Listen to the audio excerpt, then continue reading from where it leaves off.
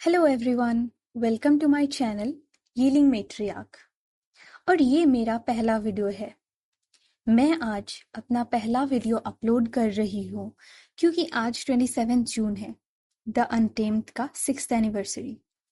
6 साल पहले एक ऐसी कहानी हमारे दिलों तक पहुंची थी जो सिर्फ एक ड्रामा नहीं, एक इमोशन बन गई है। लान वांगजी और वे ओशियन, उनका प्यार, उनका दर्द, उनका रिश्ता एक ऐसी याद बन गई है जो हर सांस के साथ जीती है।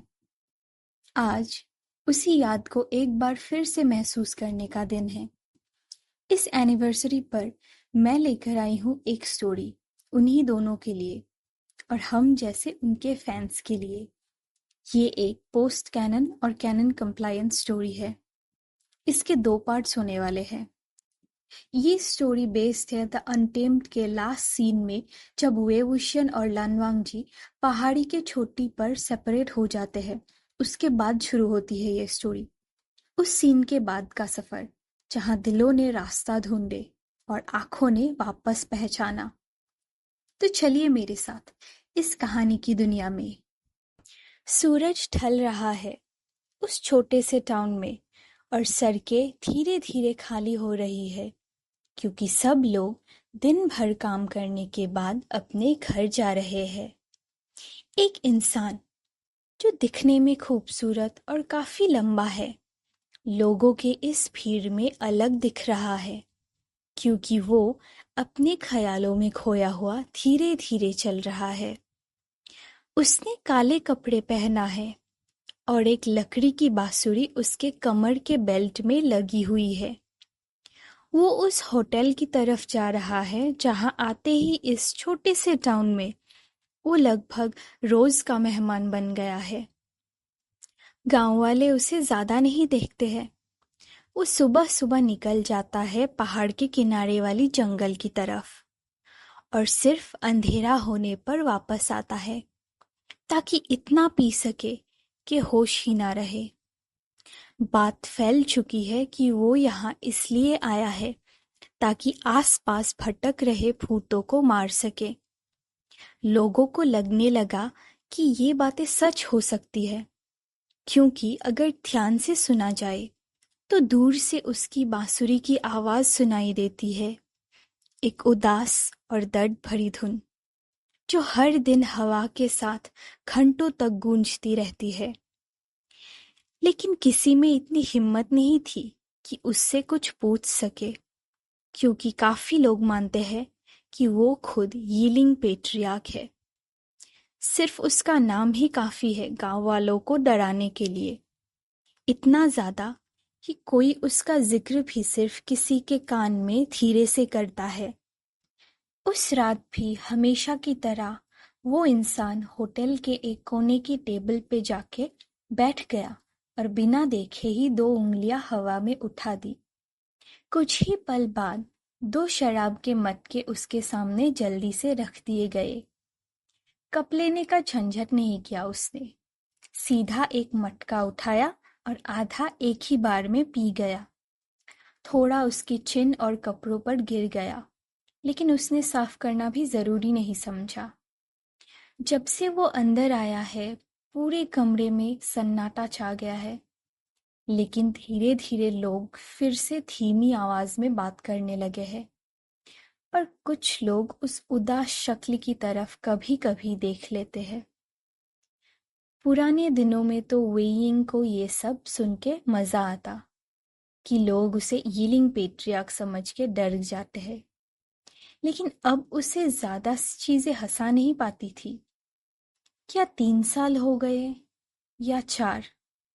उसने तो गिनना ही छोड़ दिया है, जब उसे समझ आया कि वो जिसका इंतजार कर रहा है वो कभी वापस नहीं आएगा।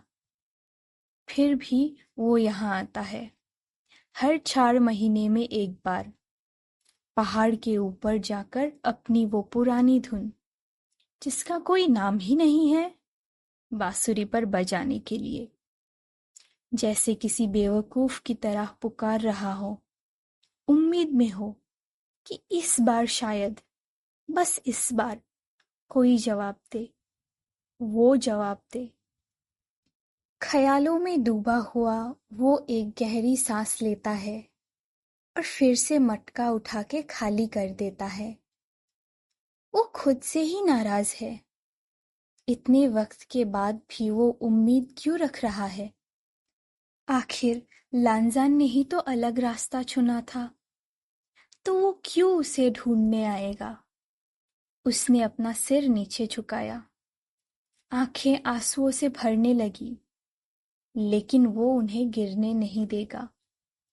रोने की इजाजत खुद को नहीं दी थी उसने, चाहे उसके दिल के टुकड़े आज भी उसी तरह दर्द करते हो जैसे उस दिन किया था जब उसने लांजान को आखिरी बार देखा था। फिर भी क्या लांजान को वेइंग की याद नहीं आती? इतना सब कुछ साथ में झेला, बुरे से बुरे वक्त में एक दूसरे के साथ खड़े रहे, अपने अपने क्लैंस के खिलाफ भी गए। क्या उसे वेइंग की याद नहीं आनी चाहिए? चाहे सिर्फ थोड़ी सी ही सही। उस तरह की तरस जो वो खुद हर दिन महसूस करता है लांजान के लिए। वेइंग सोचता है, नहीं नहीं, क्योंकि लांजान वेइंग के लिए ऐसी फीलिंग्स नहीं रखता है जैसा वेइंग लांजान के लिए फील करता है। जिस चीज को कोई चाहता ही नहीं, उसकी याद भी नहीं आती है। वेइंग को लगता है कि आज के लिए इतना अल्कोहल काफी है, और वो खुद को प्रिपेयर करने लगता है अपने छोटे से रूम में एक और स्लीपलेस नाइट गुजारने के लिए। वो बचा हुआ अल्कोहल का मटका अपने हाथ में लेकर अपने रूम की तरफ जाने ही वाला होता है कि तभी पास ही के टेबल में बैठे हुए कुछ विलेजर्स की आधी अधूरी बातें उसे सुनाई देती है। अरेंज मैरिज, इस महीने के एंड में, क्लाउड रिसेसेस में। वेइंग रुक गया। उसे ऐसा लगने लगा जैसे किसी ने उसके अंदर से सांस खींच ली हो। उसका हार्ट बीट फास्ट हो गया और मटका उसके हाथों से गिरते गिरते बचा।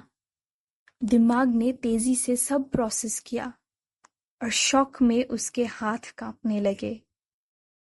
अरेंज मैरिज का मतलब था दो बड़े क्लैंस का कनेक्शन, और अगर ये बात इतने दूर के छोटे से गांव तक पहुंच चुकी है, जो गुसू से लगभग 3 हफ्ते की दूरी पर है, तो जरूर किसी लान क्लान के वारिस की शादी की बात हो रही है। वेइंग धीरे धीरे खड़ा हुआ। वो उन आदमियों के टेबल की तरफ बढ़ा जो अब भी अपने बातचीत में लगे हुए हैं। उसने एक आदमी का कंधा पकड़ लिया, जिससे वो एक झटके में उछलकर खड़ा हो गया। रूम फिर से एकदम साइलेंट हो गया। किसी को समझ नहीं आ रहा है कि अब क्या होने वाला है। वेइंग ने कांपते हुए आवाज में उस आदमी से पूछा, किसकी? उसके वर्ड्स ठोकर खा रहे हैं, जैसे उस एक सवाल के अलावा उसके लिए कुछ और मायने ही नहीं रखता हो।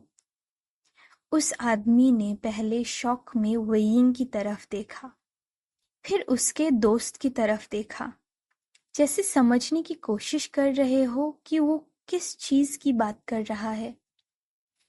वेइंग ने अपने वॉइस को काम रखने की कोशिश की, लेकिन वो कोल्ड और इमोशनलेस ही निकली जब वो फिर से पूछता है, ट्विन जेड्स में से किसकी शादी हो रही है? उसने अपने दांत कस लिए, सांस को कंट्रोल करने की कोशिश करता हुआ, जो अब तेजी से छोटी छोटी हो रही है। वो आदमी डरते हुए कहता है, हांगकांगजिन की शादी हो रही है। वेइंग ने तुरंत उस आदमी के कंधे से अपना हाथ हटाया और बिना कुछ बोले इनसे बाहर निकल गया, जैसे अगर और देर रुकता तो किसी को चोट पहुंचा देता। वो दौड़ता गया जब तक गांव के बाहर एक फील्ड में पहुंचकर घुटनों के बल गिर नहीं गया। उसने रात के आसमान की तरफ देखा। अब तो आंसुओं को रोकना नामुमकिन हो गया। उसका हाथ गुस्से में मुट्ठियों में बंद हो गए और नाखून उसकी हाथों के स्किन में घुस गया है। खून तक आ गया। वेइंग खुद पे ही चिल्लाने लगा, तू पागल है, एकदम बेवकूफ। तुझे सच में ऐसा लगा कि वो वापस आएगा? अपने आप को देख, सालों से सिर्फ तू ही दर्द में जी रहा है, जबकि जबकि उसे तो तेरी परवाह ही नहीं है। वेइंग ने अपना पूरा दर्द रोकर बाहर निकाल दिया और उस सुनसान फील्ड में सिर्फ एक चांद ही उसका अकेला गवाह था। बहुत देर तक वो बस वहां ऐसे ही पड़ा रहा, जब तक उसकी आंखों के आंसू उसके चेहरे पर सूखने नहीं लगे। उसे अंदर से बिल्कुल खाली महसूस हो रहा था। समझ ही नहीं आ रहा है कि वो अब क्या करे। नाइट हंटिंग अब बेकार लग रही है। पहाड़ के ऊपर जाके बांसुरी बजाना और भी ज्यादा बेकार और स्टूपिड लगने लगा। उसके पास जमीन से उठने की भी कोई वजह नहीं है, तो वो वहीं पर पड़ा रहा जब तक सुबह की धूप उसके चेहरे को छू के उसे जिंदा होने का एहसास नहीं दिला गई। वो एक लंबी सांस लेता है और धीरे धीरे अपने पैरों पे खड़ा होता है। उसके नीज भी दर्द करने लग गए। वेइंग के सामने अब एक फैसला था। वो इस शहर को छोड़कर कभी वापस ना आए, क्योंकि अब वापस आने का कोई रीजन भी नहीं है। कहीं और जाके नाइट हंटिंग करता रहे, बिना पीछे मुड़े। शायद वक्त के साथ वो सब कुछ भूल पाए। हंग वंगजुन की शादी, उसकी खुशी भरी जिंदगी, लेकिन किसी और के साथ, जो वेइंग नहीं होगा। आखिर लांजान ने तो तभी मूव ऑन कर लिया था जब वो पहाड़ पे वेइंग से सेपरेट हुआ था। तो वेइंग क्यों मूव ऑन नहीं कर पा रहा? इस सवाल का जवाब वो जानता है, लेकिन उसने उस सोच को तुरंत दिमाग से हटा दिया। अपने फीलिंग्स के बारे में सोचकर ही उल्टी सी आने लगी उसे। वेइंग को विश्वास नहीं हो रहा है कि वो इतने सालों तक इतना डिल्यूजनल था, ये सोचकर कि शायद लांजान भी उसके लिए कुछ महसूस करता हो और वो एक दिन वापस आएगा जब उसे समझ आएगा कि वो भी वेइंग के बगैर नहीं जी सकता। उसने कितनी बार सपने देखे थे उनके एक होने के। लांजान उसके पास आएगा और उसे अपनी बाहों में भर लेगा। वेइंग की आंखें खुशी में आंसुओं से भर जाएंगी, लेकिन वो फिर भी मुस्कुराएगा और फिर दोनों अपने प्यार का इजहार करेंगे। अब लगता है वो सब एक मजाक था और वेइंग कितना गलत था। हाँ, वो ये कर सकता है, सब कुछ पीछे छोड़ के जा सकता है, कभी वापस ना आने के लिए। लेकिन एक और सोच उसके दिमाग में पनपने लगती है, जैसे करवाहट से भीगे हुए घास उसके दिल के छुपे हुए कोने में बढ़ने लगे हो। वेइंग एक फैसला लेता है और घूमकर उस होटल की तरफ वापस जाता है जहां वो ठहरा था। सुबह के वक्त सब लोग सो रहे थे, तो किसी ने उसे आते या जाते नहीं देखा। वो अपने छोटे से कमरे में गया, अपना थोड़ा सा सामान उठाया और बिस्तर पर कुछ सिक्के छोड़ दिए। होटल में बिताए दिनों का पैसा। कोई वक्त बर्बाद किए बिना उसने सफर शुरू किया, सीधा गुसू के लिए। और बस आज के लिए इतना ही था। लेकिन कहानी अभी खत्म नहीं हुई है। अगले पार्ट में हम देखेंगे कि वेइंग गुसू जाके क्या करेगा। क्या गुसू में उसे उसके सवालों के जवाब मिलेंगे, या फिर उसे अपना टूटा हुआ दिल लेकर वापस लौटना पड़ेगा। अगर आपको ये वीडियो पसंद आई हो तो प्लीज लाइक जरूर करना। अपने थॉट्स कमेंट बॉक्स में लिख सकते हो और चैनल को सब्सक्राइब कर लेना, ताकि जब इसका सेकंड पार्ट आए तो आपको तुरंत पता चले। मिलते हैं अगले वीडियो में, जहां बात सिर्फ प्यार की नहीं, भरोसे की भी होगी।